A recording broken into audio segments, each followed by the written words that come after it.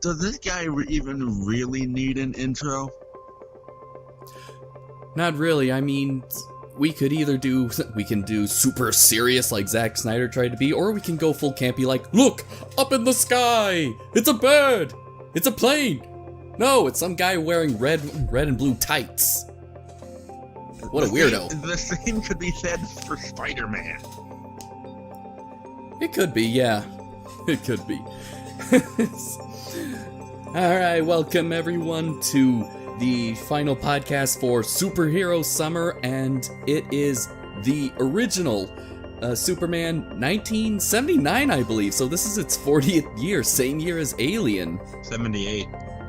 78. Oh, okay, so I overshot it. Undershot it, I guess. I undershot it. So 41 years. And honestly, this is one of the earliest superhero movies that actually tried to treat superheroes in a serious light. Yeah. And so we kind of owe a lot of our movies to this one, because without Superman, there's no Batman and all his interpretations, no Spider-Man, no X-Men, and no Marvel Cinematic Universe. Yeah.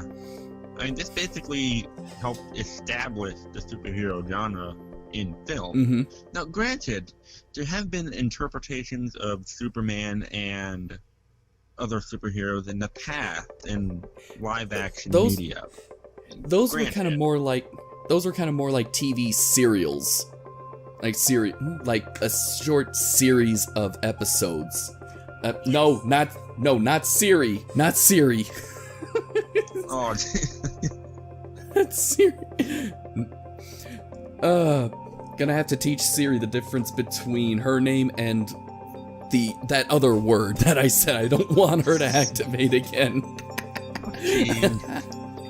Siri's tired too. Yes, she is. Let's lean on the fourth wall a little bit.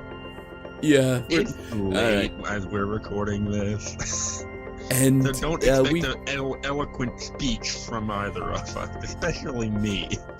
Yeah, we've all kind of had a busy day-to-day, but we're soldiering on to do this because we have massive OCD problems. We do. Alright, so I guess starting the clock as soon as I set it up. And starting... Yes, the iconic theme composed by the one and only John Williams. Okay, honestly, I never saw this movie as a kid. I actually watched it later on, like post Man of Steel. And honestly, I kind of like this one better than Man of Steel. Mm-hmm. And mostly because, well, it's mostly because it feels like what Superman is. I mean, my only exposure to Superman was the Super Friends cartoon show that used to play on Cartoon Network, and the animated series that played for a little bit. And so this actually felt like what Superman should be. Yeah, I mean, we've had a couple iterations since this one, but I don't think anyone's been able to top it as far as the character and what it's. No. Yeah. Granted, Zack Snyder tried. Yeah, but he tried-ish. Right. What I think Zack Snyder did was he missed what Superman is and what he represents. But I kind of liked what he was trying to do with Man of Steel, because I thought Superman had a lot of good issues. Just the character itself, like the whole, like with the whole nature versus nurture, like also the fact that he is okay. He's an alien, so you could probably bring up immigration a little bit, but I think maybe more for like an origin story. This could bring up the whole like, adoption thing. You know how, kids who are in foster care who kind of who are kind of wondering like if the parents who really took them in really do love them, or if they just see them as like a charity case. Yeah. So I would kind of like to have seen Superman in kind of more of a serious role, but I think what Zack Snyder did was make it too serious. But I saw a lot of good things, what I wanted in this movie. I saw, like, especially after Jonathan Kent died of a heart attack, not a tornado. Yeah. A heart attack. That stuff's unpredictable, and you have young Clark Kent standing over his grave says this line that he has all these powers and he still couldn't save them. Man, I love that. Yeah. How about you? I think Ian, I should probably let you talk before I start monologuing for 10 minutes. How about your experience with Superman? Well, I did see Man of Steel a couple years ago. I enjoyed it, kind of. It's been quite a while since I've even watched that movie. As far as this film goes, I saw this quite a couple years back. And I enjoyed it. I enjoyed like these late 70s movies. They just have a timeless feel to them. Like Back to the Future, I love it. Alien, I love it. Back to the Future was 80s, but even Jaws has a timeless feel. Even Jaws has a timeless feel. I was recently rewatched that, and even aside from a few things, everything from the costumes to the hair, it just feels timeless. It does, yes. And as far as the Superman movie goes, it feels timeless. I kinda grew up with Superman. I mean, my little brother had a brief superhero phase that all little boys go through, I'm sure. Oh yeah. And we got him an animated movie of Superman versus Brainiac. Which that was in the same style. That's in the same style as of course, in the DCAU, DC Comics first TV shared universe series. Yeah, that's apparently not canon with the Superman series and Batman, like everything else, but yeah, that one? Yeah, I haven't seen it, but wow. Yeah, I think we have it in the basement somewhere, but yeah, I saw that in my early teens as he was growing up, and I enjoyed that. But I mean, as far as this movie goes, I saw this a couple years ago, and I watched it maybe once in between. But going back on it, I really I see why people keep coming back to this movie. Yeah. And I kind of also see the whole reason for kind of why there was a lot of criticism for Batman v Superman, in that Batman and Superman are pretty much on polar opposites of how they handle like criminals or hand out justice in their cities. Batman is kind of dark and brooding, and he represents vengeance. Superman represents hope. Superman represents that bright light that bursts through the dark clouds. That things will get better. Mm-hmm.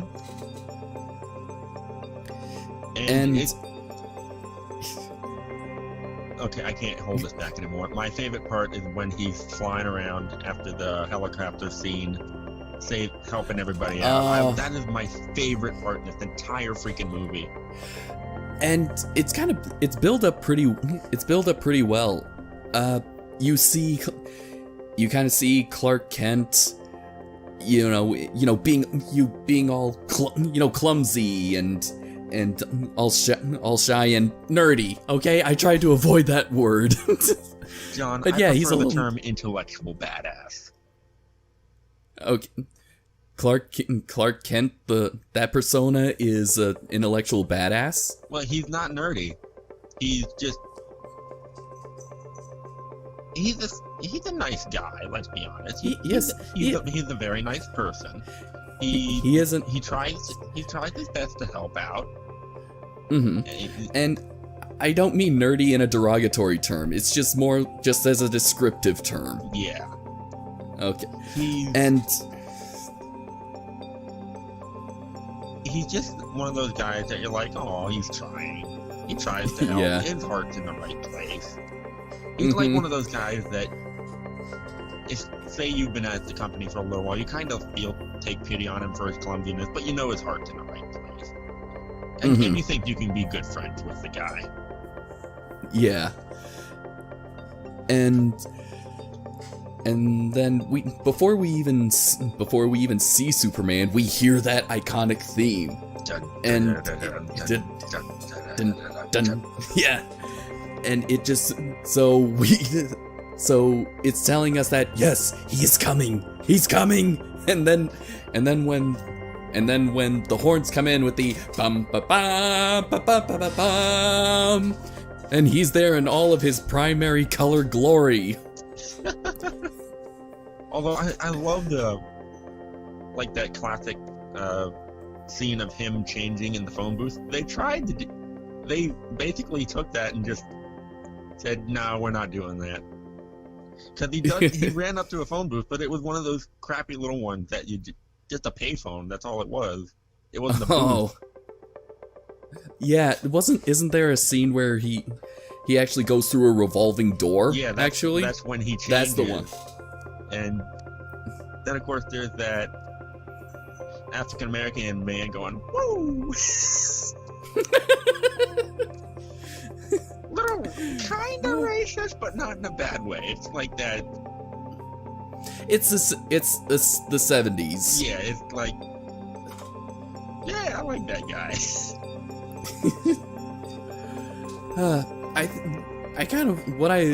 I think my favorite scene is, even though this was trying to portray Superman in kind of a serious fashion, it still has a little bit of the campy fun, and especially when it comes to Lex Luthor, played by Gene Hackman. As I like the interaction with his bumbling henchman, Otis. Yeah. And how he's actually describing his evil plan to Superman, and then he has all these cities or county lines, that either have some form of Luthor or Lex in them, and then comes to Otisburg. I love that so much. It's like, wait, what? How did I allow that? What did you drug me with? Otisburg? What kind of a stupid name is that? Is it any dumber than Lutherville?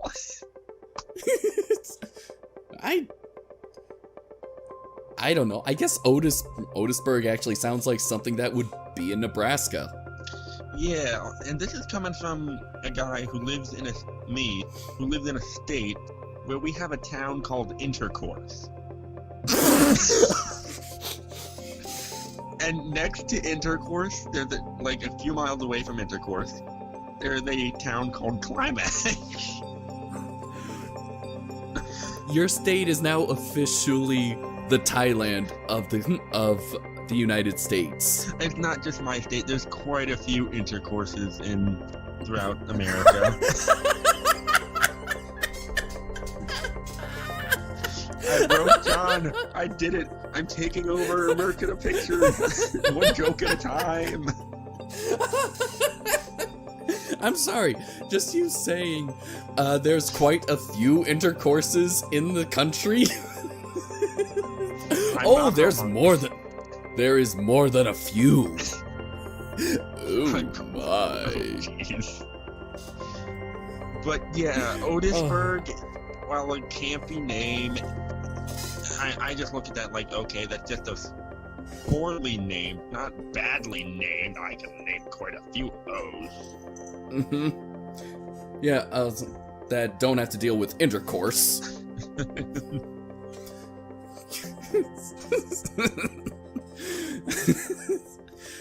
Man, I haven't laughed that hard since when we had that that discussion about what's his name, Ken Ham. Yeah, I gotta work on that. I'm glad you enjoyed that one, John. I may be freaking tired, but at least I still have my sense of humor. Yes. But back on the Superman. Back on the Superman. I think that's the thing that we like about Superman is that there's still a little bit of fun. Oh, when he's flying around helping everybody out, he's cracking jokes at all the bad guys and the thieves. Mm-hmm. Like, something wrong with the elevator? Bad vibrations? Yeah. Yeah. And okay, so for all the praise that we get, like, I like how we spend some time on Krypton. Like when I first saw, Krypton exploding, and I'm seeing all the people like falling in there, I just went, oh my god, that's like horrifying. That wasn't in Man of Steel. Why couldn't you put that in? Yeah. Although, and then, considering the time that we're recording this, and it might be a little too soon to bring this up, but it's quite clear they use shots of New York City from Metropolis. And the World Trade Centers were featured so much, and that just brings back, like, they couldn't have known. They couldn't have known. Well, of course. Well, yeah, they didn't have a crystal ball. Of course they couldn't have known. I'm talking about just on Krypton, and I'm seeing all the. Though, yeah. I'm talking about the people that are falling into the cracks, into the unstable core. That's what shocked me when I saw when I saw that for the first time. And it going along with that everyone's denying, like, oh, the planet's just shifting its orbit. You do realize how bad that is? The planet shifting its orbit is bad.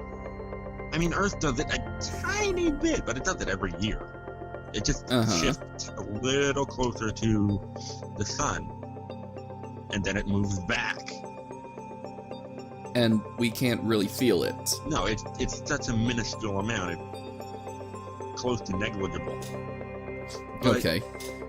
The way they were framing it, it's like, oh, it's shifting closer. Okay, how much closer?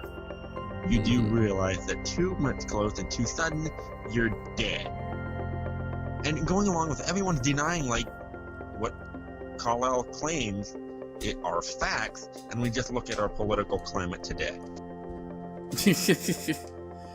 Yep. And so, and then following, and of course following the time on Krypton, then we spend a little time with young Clark Kent. So we kind of see him. I enjoyed that too. So there's like a clear three act structure with this. So enough so that it's written so we spend time to get to know these people, or at least know what the hell's happening. Yeah.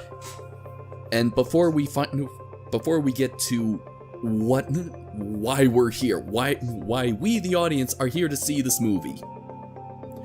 And when Superman does appear, then we finally, we know him as a person.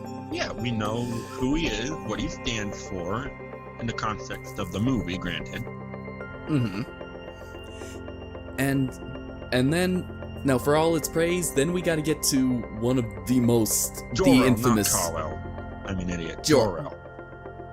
Oh, I knew what you meant. Yeah, I actually forgot what his name was. Alright, played by Marlon Brando. Yes, the Marlon Brando. Anyway, so what I was trying to get to was time travel. Reversing time at the end of the movie. This is one of my biggest freaking gripes with this movie. Granted, I love this movie. Don't get me wrong. Mm-hmm. But this... Yeah, I mean, like I said, for all its praise, this is the one that that moviegoers and movie critics just point out as just being an absolute cop-out. It most definitely is. It doesn't even work. It doesn't work. A Deus Ex Machina, yes. It doesn't work, but 70s, it's the 70s. I'm sure that happened in one of the comics. Sure, go ahead. Reverse the rotation of the planet. Oops, everyone's dead. Oh, reverse it again. Everyone's dead again. Mm-hmm. Reversing the rotation of the planet does not reverse time. You would have to reverse time across the entire freaking universe. Mm-hmm. Good luck with that. Well, hey, if we can accept a can of pressurized air, compressed air, that when shot with a bullet will blow up a shark's head, then I think we can accept, reversing the Earth, just for a little bit of suspension of disbelief. That's all I ask. No, MythBusters tested that. I know they did.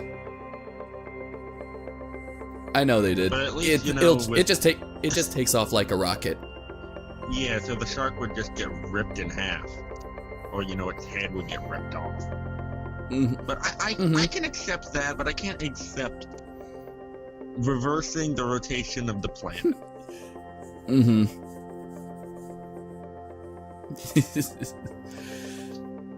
But as far as writing goes with that, like you said, that's a cop-out.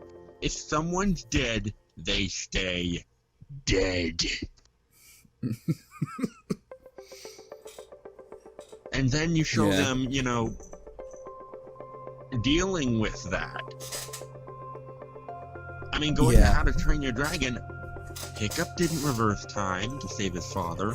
No, he dealt with that death.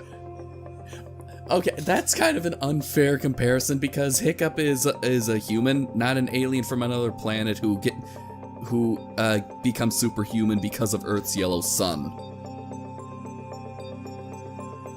What's your point? It's writing. My point. Superpowers and such aside, it is crappy writing. Yes, I'll agree with that. It is crappy writing. It's just it's a moment that just makes you go, what? No. Time out. Then and the other thing, I'm gonna quote a paraphrase from Big Bang Theory. Okay. When Superman slash Clark saves Lois from the helicopter. As she's falling down, she's reaching terminal velocity. When he catches her, she would have been sliced into 3 equal pieces. I remember that quote from that episode. He should have let her hit the ground. It would have been a more merciful death.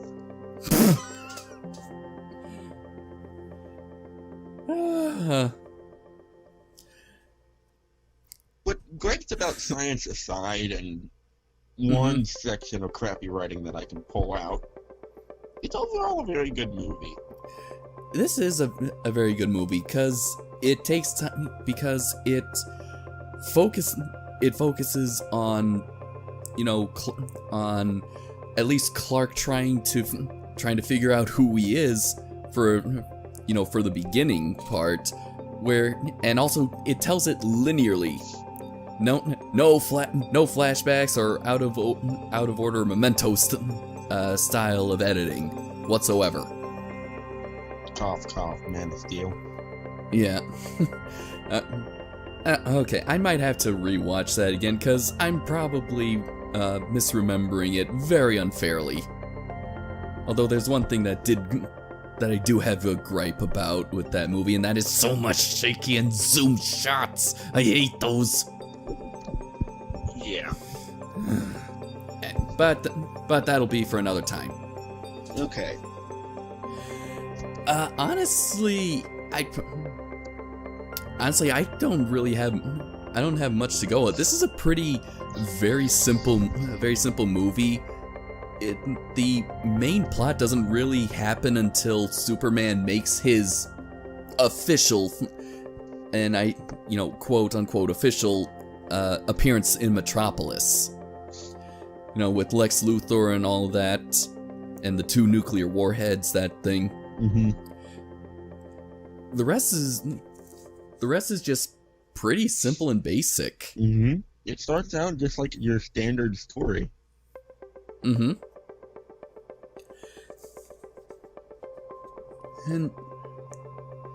honestly, everyone did a good job acting in it, and also Richard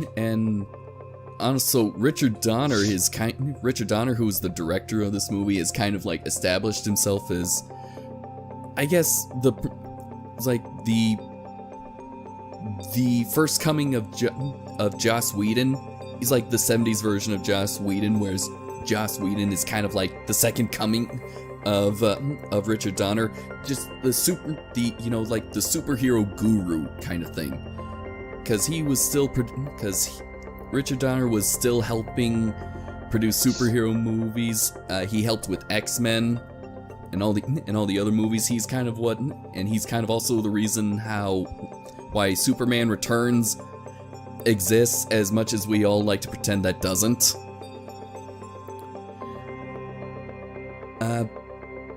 But he was a great director. He actually was when he was actually filming the first movie and the second movie back to back. But the studio kind of booted him off before the second one was even done. Well, actually, it was almost done. It was mostly done. Then the studio booted him off, and then they put in a new director so that they could to film new scenes so that he could actually get director's credit. And so that's how we have 2 versions of Superman 2, which, again, like Man of Steel, we'll get to another time.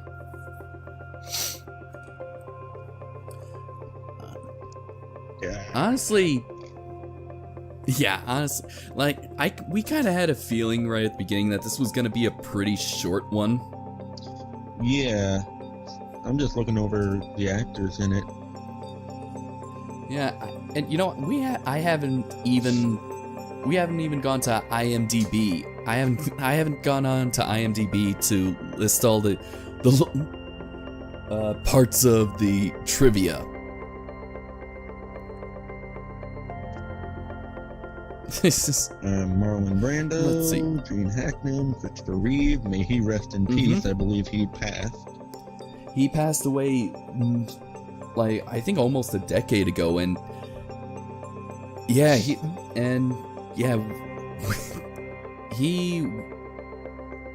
everyone really always thought of him as Superman, and then when he got paralyzed, I mean everyone thought it was like a cruel joke. A cruel cosmic joke. Yeah. Apparently he was picked from over 200 actors who auditioned for the role, so good on him. Yeah, he was an unknown at the time. Ned Beatty. Ned Beatty? Yeah, Otis. Oh, so that's who he was. Alright, Marlon Brando, whenever he refused to memorize his lines. So most of what he was saying, he had his lines hidden somewhere not because he's a bad actor, it's so that he could give an authentic performance, so that it actually sounds like he was saying it for the first time. Because that was part of his training. And he does give a very convincing performance. Of course, he has been doing this for years. Let's see. Apparently, he sued the Saltlands and Warner Bros. Brando? Over what? For $50 million, because he felt cheated out of his share of the box office profit. This stopped Brando's footage from being used in Richard Lester's version of Superman 2. Ah, okay. Yeah, I just got to that part of the trivia. Yeah. Because he felt cheated out of the film's considerable box office. Yeah. It's always about the money. Yes, it is. So now, even though this is a very great movie, there is, of course, like multiple versions of Superman 1. There's the theatrical one. Then there's the extended director's cut, which of course has a few extra scenes. Like, one is where when young Clark Kent is running, alongside that speeding train, and he's spotted by a little girl, and it turns out that little girl is young Lois Lane, and young Lois Lane, and writing with her parents saying, "Oh, Lois, you always make up such wild stories." Flash forward 12 years later. And recently there was, or a couple years ago, there was Warner Brothers did release a TV version, and when I say TV, I don't mean like they had to cut some of the stuff out for time to fill a slot or any bad language. No, I mean there were scenes that were exclusively shown on television, not in the director's cut or the extended version, just on TV, and I missed my opportunity to buy it. Well, when it was released, I'm pretty sure I could find it on Amazon, like everything else. Because I'm always interested in multiple versions of the same movie, because I like to compare them.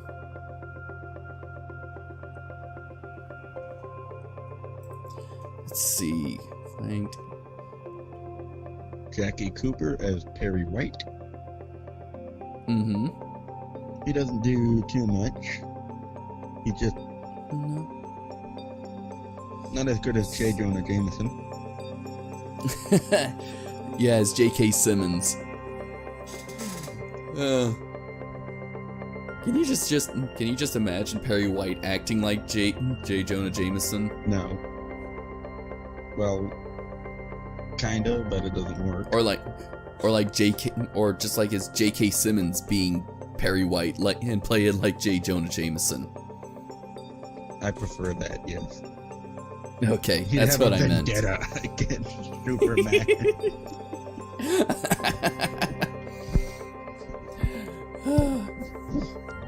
Alright, let's see. So, okay. Oh, here's a nice bit of trivia. In its initial run, the film topped the box office charts for 13 consecutive weeks. Whoa. 13 weeks. That's over 3 months. Not bad. Not bad at all. Yeah. Wow. Huh. Oh, you want to know what the most expensive part of the movie to make was? What? It's not the flying scenes. It wasn't the visual effects. It was the opening credits. Wow. The opening... Well, I can kind of understand that. Let's see, all those weird trippy looking colors and the flying text. I mean, heck, that must have been expensive. That must have cost some money, you know, to pay the people to make that. Film it, layer it all up. Yeah. And cut it together. And this was supposed to be on actual film, on actual celluloids. Oh, jeez. Someone get out the multiplane. Let's see. Trevor Howard, as the first elder, head of the Kryptonian Council, who does not believe Jor-El's claim that Krypton is doomed. Oh, this freaking quote just reminds me so much of our current disaster in chief. Oh, jeez. Any attempt by you to create a climate of fear and panic amongst the populace must be deemed by us an act of insurrection.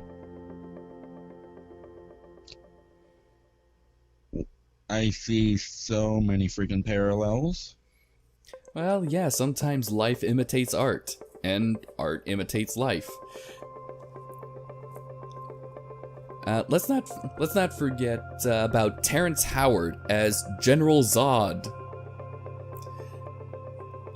The one who proclaims to Jor-El that you will bow down before me. Did I miss him? He doesn't. He only shows up in the beginning, so yeah, I don't see him in this list of characters on Wikipedia. Yeah, I see large and mute. I see. Oh, there we go. Terrence Stamp as General Zod. Yeah. Terrence Stamp. Oh, jeez, I said Terrence Howard. My mistake.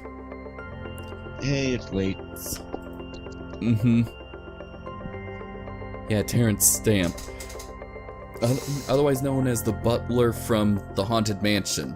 Although he was in better movies, like this one. If briefly. Don't worry, he's actually the main villain in Superman 2. Ooh.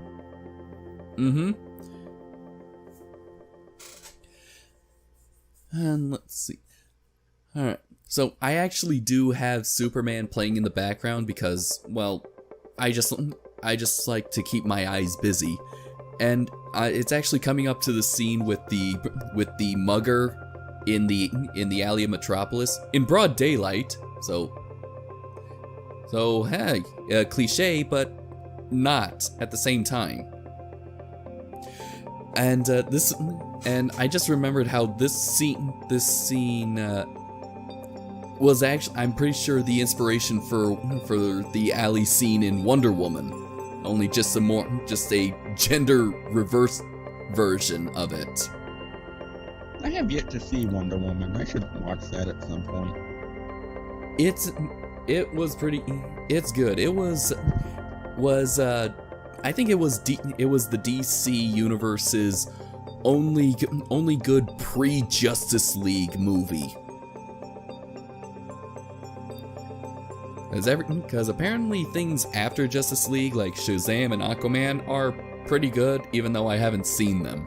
And I'm not really all that in a rush to see them.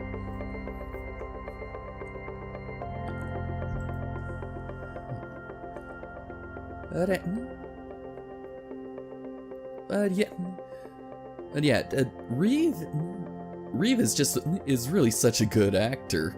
I mean, he's able to play both the roles of Clark Kent and Superman very well, so that they're actually indistinct, so that you can actually distinguish between them. I found something going back to that deleted scene that was only available on certain editions. Kirk Allen and Noel Neal have cameo appearances as Lois Lane's father and mother in a deleted scene that was restored later in home media releases. Allen and Neal portrayed Superman and Lois Lane in the film serials Superman 1948 and Atom Man vs. Superman 1950, and were the first actors to portray the characters on screen in a live-action format. Neal reprised her role in the 1950s Adventures of Superman TV series. So that might be what you're talking about? Like, yeah, her father and mother? Was the one. Yeah, that's what I was talking about. So cool. Yeah.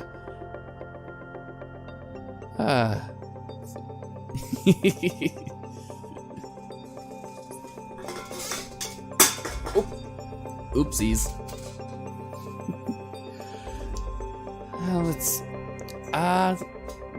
Let's see. Okay, Richard Donner, actually, the director himself, actually makes a cameo in this movie. Apparently, he is. Let's see. Cameo as the skeptical man who talks to Clark Kent in front of the televisions right after the first appearance of Superman. I love little in-jokes like that. You know, it's sort of like how Stan Lee walks up to Peter Parker and says, "I guess one man can make a difference." Enough said. Oh, we need to review Venom because Stan Lee had an awesome cameo in that one. I'll put it on the list. Along with every other freaking movie on that list. Let's see. Let's see.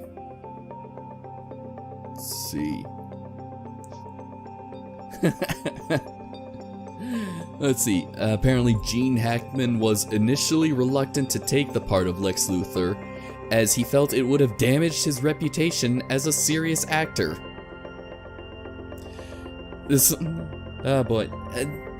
I do kind of remember that there were some roles that actors, or at least certain genres of movies that actors felt were kind of beneath them. In the 30s and 40s, it was horror. Like the actress who played Dracula's daughter didn't really have a positive outlook when it comes to horror, but she still did her job. And I guess Gene Hackman is kind of a similar way, only when it comes to, like, this is a superhero movie. I've been in movies like The French Connection, or I don't know what came before Superman that he was in. Margaret Kidder as Lois Lane. Uh-huh. Over 100 actresses were considered for the role. Uh-huh. She did a decent job, I guess. I mean, she's Okay. iconic now, so...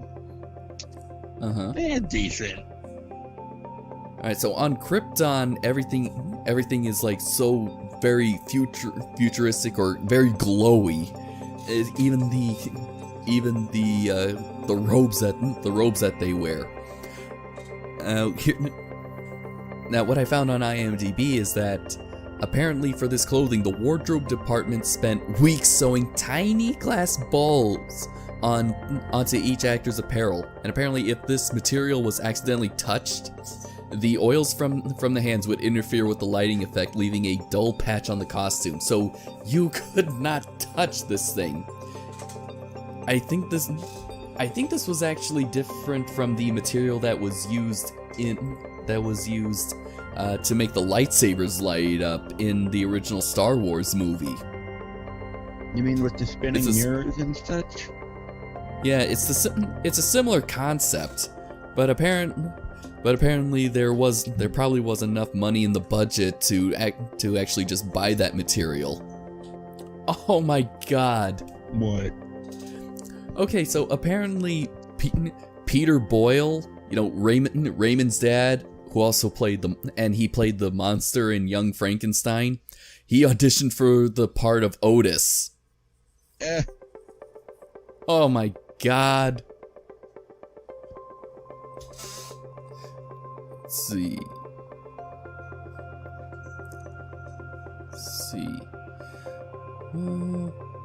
Oh. Apparently Jack Nicholson even was considered for the role of Lex Luthor. Funny how 11 years later he plays Batman's most famous villain in Tim Burton's version of Batman. Wow.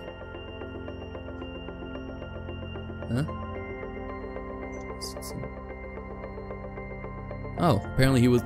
Apparently there was also another Superman film project in the 1990s that Nicholson was also considered for, but that was shelved. Never to be seen again. What'd you find? People who auditioned for the title role. Color me intrigued. Patrick Wayne, son of John Wayne. Ooh. Yeah, he initially was cast for it, but he had to drop out because John Wayne was diagnosed with stomach cancer. Aww. Family first. Neil Diamond and the singer? Apparently. Arnold Schwarzenegger.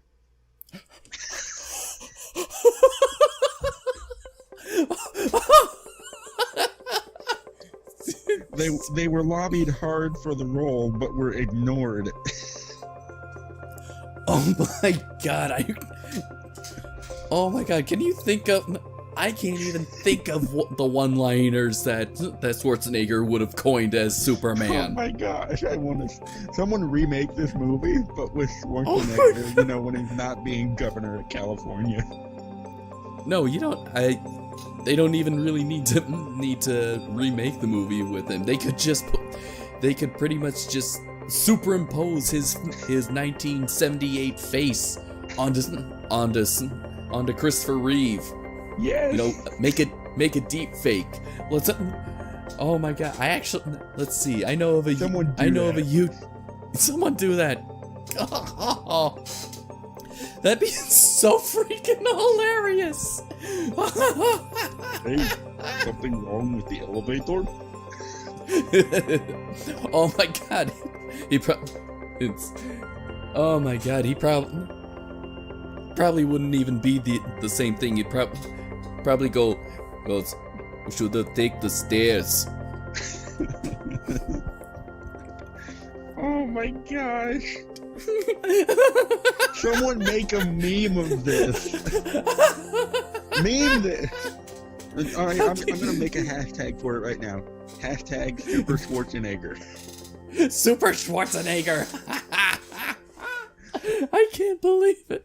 I think that's actually the best piece of trivia that I've seen from this movie. I didn't even know that. Wikipedia, man. Wikipedia. It's a reputable source of information now. Yeah. Yes, apparently. Let's see. Hold on.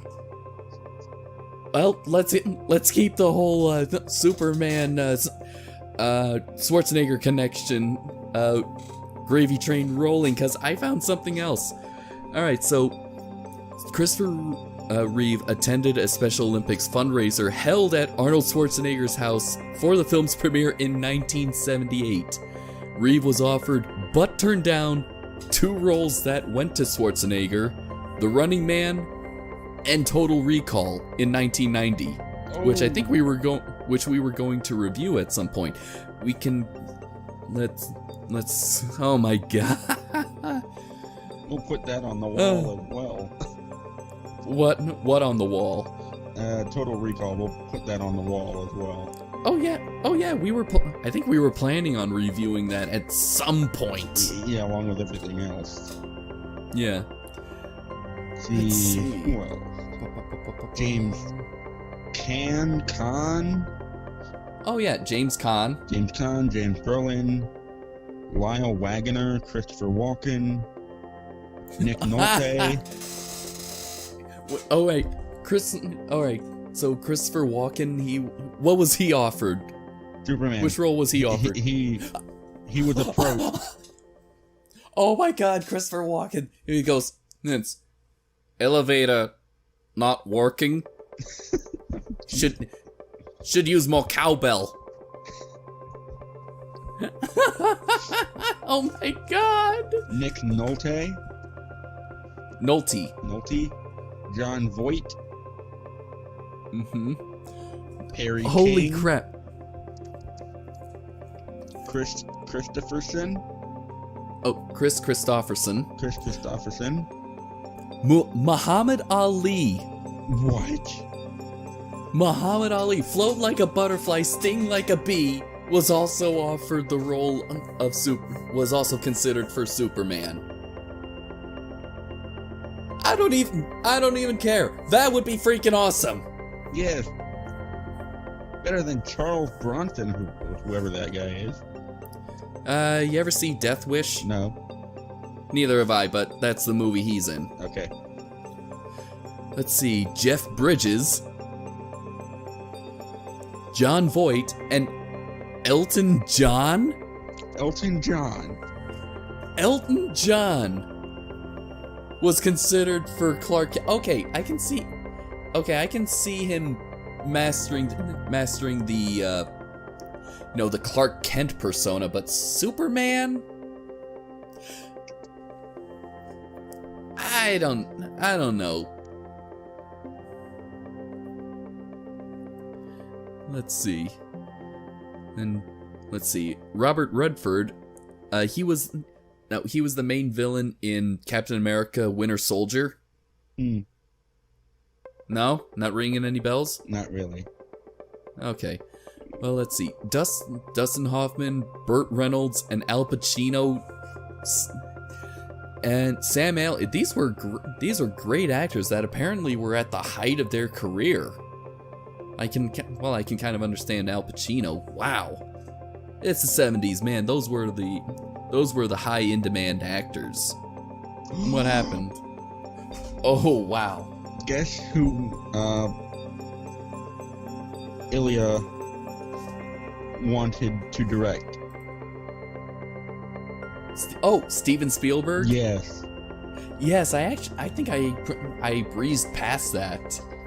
I think that was near the beginning. Yes, Steven Spielberg was offered the chance to direct this film, but apparently the producers balked at the salary he asked for. Apparently he was asking too much. They decided to see how Jaws would do at the box office. Well, the movie was a success. I'll bet they're really kicking themselves. Mm-hmm. But by then, Spielberg already too close. He already committed to Close Encounters of the Third Kind. So they missed out on him. Yep. Oh well, that's not bad. Oh well, it's not bad. This movie is still not bad. I mean, even if they didn't get Steven Spielberg, this is still a good movie in its own right. Richard Donner did an absolute bang up job. He did with Superman. And so now I'm just at the scene where, you know, Superman now makes his first official appearance in Metropolis. And even for 1975, the flying effects are pretty good. Oh, I think they hold up fairly well today. They do, and a lot of that is not only due to the visual effects, but also apparently Christopher Reeve is actually an experienced hang glider pilot. So he kind of knew how to make it look convincing that a man was flying without a pair of wings.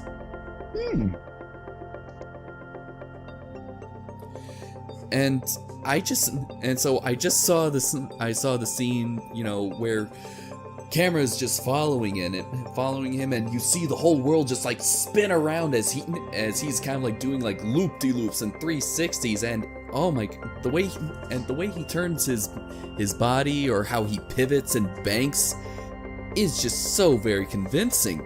I'm honestly very impressed. Woo! Yep, that's my first official woo of the review. Means this is very good. I noticed that I say woo a lot when I'm impressed.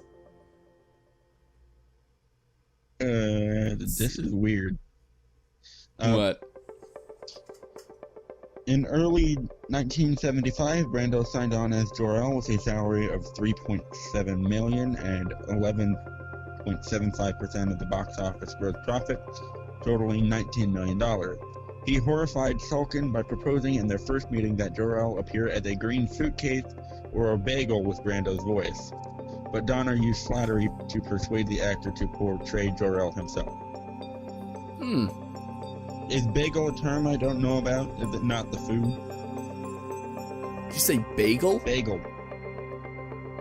I don't know. He horrified Salkind by proposing in their first meeting that Jor-El appear as a green suitcase or a bagel. Oh my, no, that is not a term. That is, I think he's being literal. I mean, green suitcase, I don't think that's a phrase. Okay, so he wanted Jor-El to appear as a green suitcase or a bagel. I think maybe because he was probably in the same boat as Gene Hackman, that he thought this would ruin his reputation. Well, you know, as a serious actor. Someone's silly. It is silly by today's standards, because now we have a whole genre about it. We have a whole genre about it, but this was one of the earliest serious superhero movies. And so the only knowledge of superhero films that they have are the serials. And when it comes to Superman, the only other context are the Max Fleischman cartoons. Mm-hmm. So yeah, really serious actors didn't have a lot of trust, or they didn't have a lot of confidence in movies about you know, spandex wearing people with capes. All right. Anyway, there's actually, I found out that Carrie Fisher, who played Princess Leia in Star Wars, was also considered for the role of Lois Lane. Also, George Lucas turned down the chance to direct in favor of Star Wars. Probably for the best. Yeah, but then again, George Lucas only had experience making one movie, and that was American Graffiti. And when making Star Wars, he had a lot of help. Yeah, true. Reeve actually did much of the stuntman work himself. Yeah. Okay, so apparently the reason why Richard Donner was booted off of production happened, when Superman 2 was nearly completed was apparently because the production budget kept on getting higher and higher. So the producers,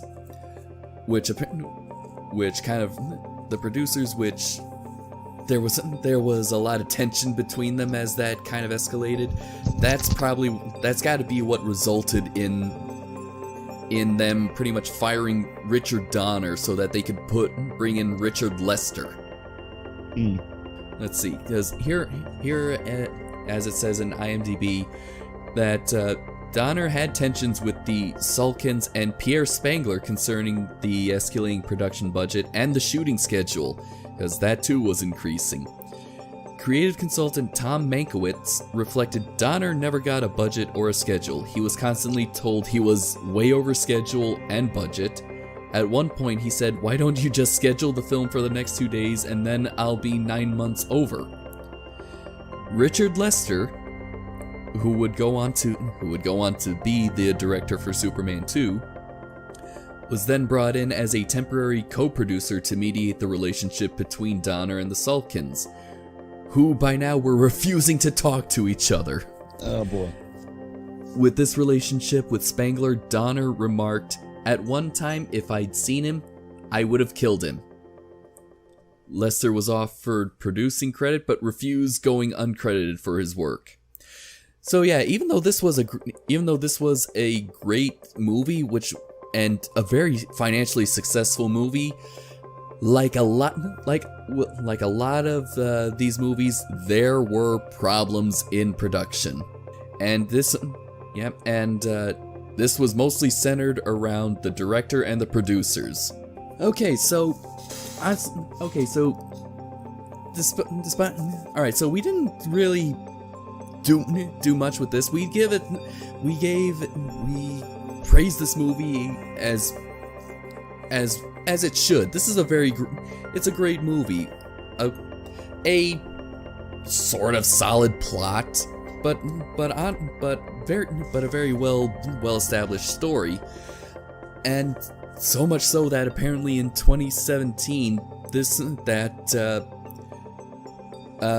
was selected for preservation in the Library of Congress National Film Registry as being culturally, historically, and aesthetically significant, and rightfully so.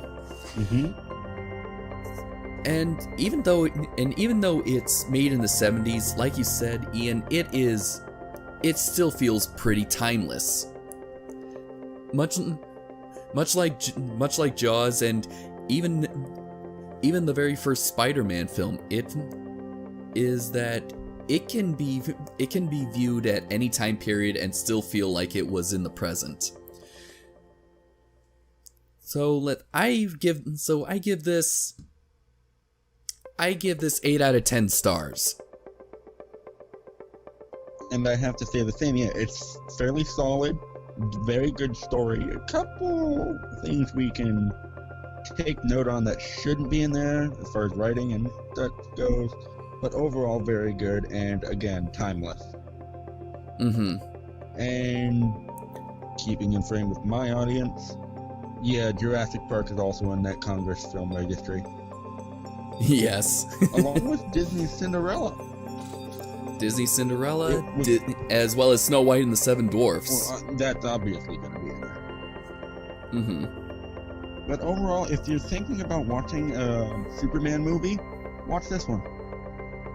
Yeah, I definitely recommend it over Man of Steel.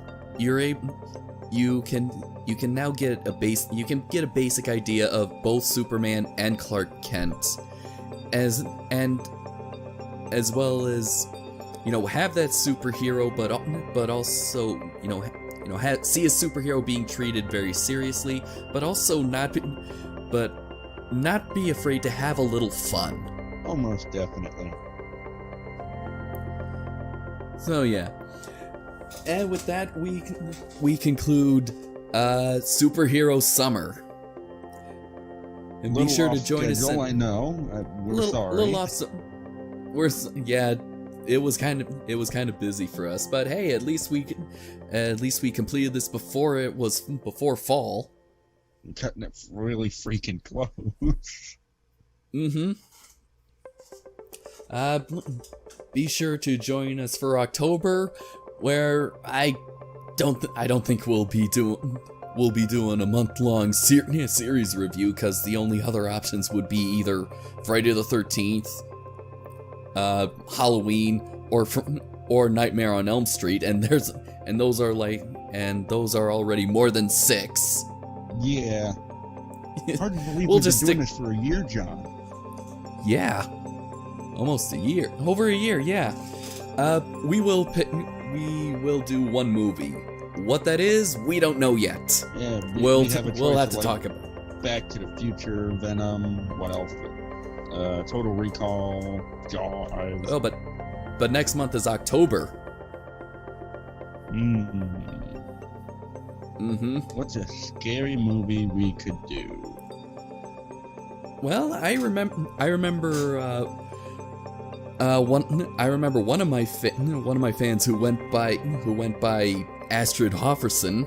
I think it was the fearless Astrid Hofferson, suggested It Chapter 1. I have qualms about that. I don't want to watch a scary clown movie. They scare me enough as is. Oh. But Battle at Big Rock? It's only 8 minutes long.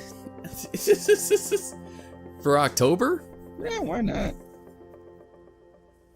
I mean, it would be a very short review. It would. Maybe we could do. Yeah, it would be. We could do 2 reviews. We can just bang that one out in like 15 minutes. Okay. Yeah. Well, okay. So we will review the live-action short of Battle at Big Rock, a Jurassic World live-action short, and something else. Okay. All right. So until then, see you next time, everyone. See you guys.